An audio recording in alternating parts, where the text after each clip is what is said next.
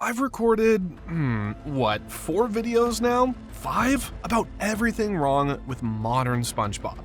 The facial expression, the screaming, the way every character now sounds like they're being held at gunpoint to be funny. And I still stand by most of what I've said about modern SpongeBob. The pacing, the screaming, the way every single character now acts like they've had 4 energy drinks before the recording session.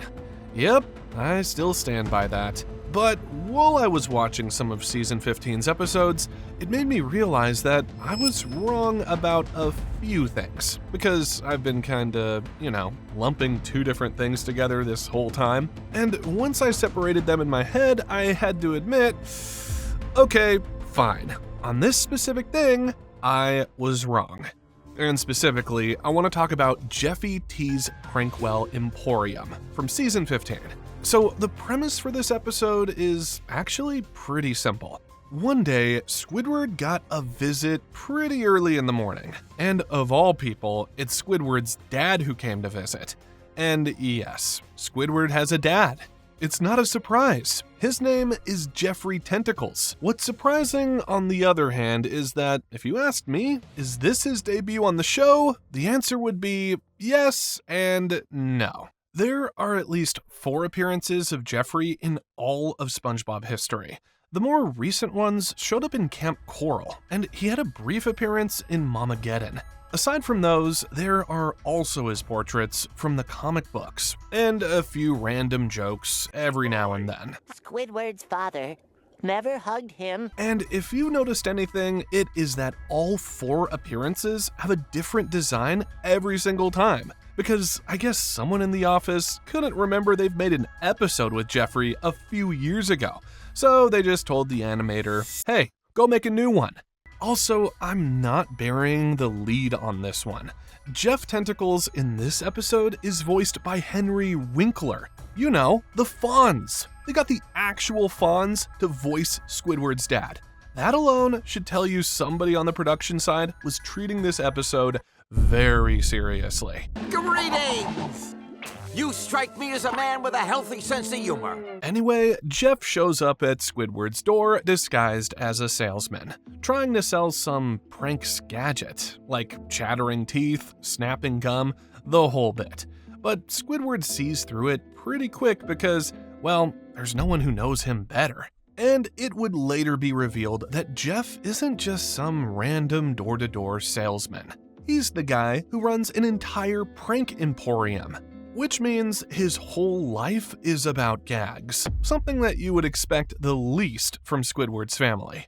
And right away, you can see Squidward die a little inside, because his dad is, ironically, exactly the kind of person Squidward spends every episode trying to escape from. SpongeBob and Patrick, of course, immediately bond with Jeffy. They love him. They think he's the funniest guy alive.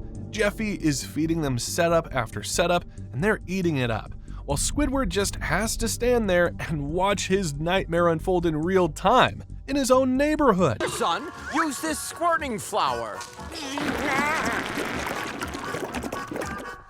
And this goes on for most of the episode. Just relentless pranking. Joy buzzers, fake hands, exploding everything. And of course, it's only about time for poor Squidward to be at the end of his rope. Until eventually, Squidward snaps. But again, not in the way you'd expect. He doesn't just scream and kick his dad out like he did with SpongeBob or Patrick. He decides to fight back. So he builds what he calls the ultimate gag. This prank box that just absolutely demolishes whoever opens it. Pies, stink bombs, fire, a chicken pterodactyl. My favorite, a sea bear in a sombrero. The works.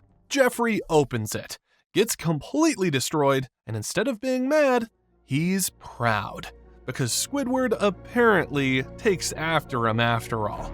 Jeffy thanks him, declares he's gonna take this ultimate gag and show it to the world, packs his bags, and leaves. And Squidward, finally at peace, licks a popsicle that blows his freaking head off. Roll credits. Okay, so here's the thing. This episode messed with me so much because everything in it is actually solid. Like structurally, plot-wise, even lore-wise. And I know. I've said before that it's kinda a sacred rule for the writers back in the day to keep adding deep, groundbreaking lore to a series that was never really about lore in the first place. SpongeBob works best when it's just vibes and deadpan jokes, and a sponge being annoying to his neighbor. I still stand by that. But this one, I don't mind it. I actually kinda love it. Because think about what they just did. Squidward's whole personality, the irritability, the constant exasperation, the way every conversation he has with anyone feels like it's not being taken seriously. They just ironically explained all of it in just one episode.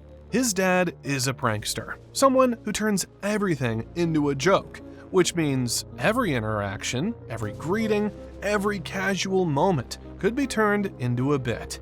Squidward grew up with that. So of course, when he moves next door to SpongeBob and Patrick, two guys who also turn everything into a bit, who treat life like one long improv session, of course, it gets to him. Turns out Squidward has spent his entire life feeling like nobody around him will ever take him seriously, because nobody around him ever has. That's actually kind of devastating when you think about it. And the writers didn't shove it in your face either. They didn't do a sad monologue or make a flashback montage with piano music. They just let the implication sit there in the subtext while the episode kept doing its thing on the surface. The other thing is that this is one of the better Squidward torture episodes in a long time. Because Squidward technically isn't getting physically destroyed here. We don't see someone tearing his skin off this time. He's just being annoyed, relentlessly, day in, day out. 3 people in his house who will not let him have a single moment of peace. And then, and this is the part I love, he gets a big win at the end. He manages to get a payback, getting his dad out of his house, while also not hurting his father's feelings in the slightest. He flips the whole thing on its head and outpranks the master. Which, by the way, if you remember Fools in April, Squidward absolutely knows how to prank. He's always known. Squidward has the prankster gene. He just keeps it buried under 12 layers of bitterness. Give him a reason and he'll out-Patrick. This episode, to me, is the kind of thing that I wished would have aired in earlier seasons. But not with a few noticeable changes, of course, which ironically is the most interesting thing to tell you. Now, is it a perfect episode? To me, not quite. And this is the part where I have to be honest about what I was actually wrong about, and what I still kinda stand by. Some of the jokes are good, some of them are okay. And then there's this moment where Patrick just looks up at the sky and goes, "I thought Mr. Krabs was your dad!" Hear me out. That is such a dumb line you would expect to come out from Patrick's mouth. The thing is, the way the joke is performed, it's so loud. It's so animated to the point I feel like his voice doesn't match his own expression. I mean, it's like the joke is already funny. You don't need to do all of that. In fact, I was kinda half expecting Patrick to deliver that in a deadpan face, like he thinks it's actually serious. And I get it. I really do. I know this hyperactive, high stimulation style is intentional. It's made for a specific audience, maybe the TikTok generation, maybe the kids who need every second to be loud or they tune out. I'm not the target demographic anymore, and that's fine. It's just, I'm used to this. I don't know, Patrick. Patrick Squarepants! Pat, don't do that. That's the version of this joke that lives in my head. Letting the silence do half the work. Then again, this is more like, I don't mind, rather than a complaint. So yeah, to each their own. What I'm trying to say is I do have a very specific, ideal version of this episode. Written in my head, most of the jokes are still the same. It's just the way to act out these jokes are a bit slower and deadpan, like they used to be back in the days. But that's not the version they made. That's the version that exists in my head, and I think I've been guilty of holding the actual show against the imaginary version in my head for a really long time now. Which brings me to the thing I was actually wrong about. For years now, I've been saying modern SpongeBob is bad, and I've meant it truly. But what I think I actually meant deep down was modern SpongeBob doesn't sound like the SpongeBob I grew up with. And those are two very different statements. Because Jeffy T's Prankwell Emporium has a script that is structurally just as good as anything from the Golden Era. The bones are there. The character work is there. The setups and payoffs are there. The lore additions actually serve the existing characters instead of overwriting them. To the point that I kind of wish they made a lot of episodes with this version of Jeffrey early in season 4 to 6, maybe. They did a lot of lore expansion there, especially with crabs and plankton there, and I think Squidward deserved one too. Maybe you could make a deeper story out of this. Maybe about Jeffrey wanting to be involved more in Squidward's life and asking help from SpongeBob and Patrick. Or maybe an episode about Squidward trying to reflect his artistic career to his dad. Now that would be interesting. Nevertheless, I guess the newer writers still understood how to write a solid plot for once. They know exactly what they're doing. It's just that it's not executed the way I would prefer anymore. And honestly, what can you do? Shows change, audiences change, to each their own. I really do mean that. Some kid could be watching Jeffy T right now, and it's gonna be his favorite episode for the rest of his life. The same way Band Geeks is mine. There's nothing wrong. I was wrong to keep dunking on the writing when the writing was not always the problem. But then again, it is most of the time. So yeah, Jeffy T's Prankwell Emporium. Worth your time if you haven't seen it. And if you've been one of those people who moved out on new SpongeBob years ago, like I did, maybe give this one a shot. You might find that the show isn't as gone as you thought it was.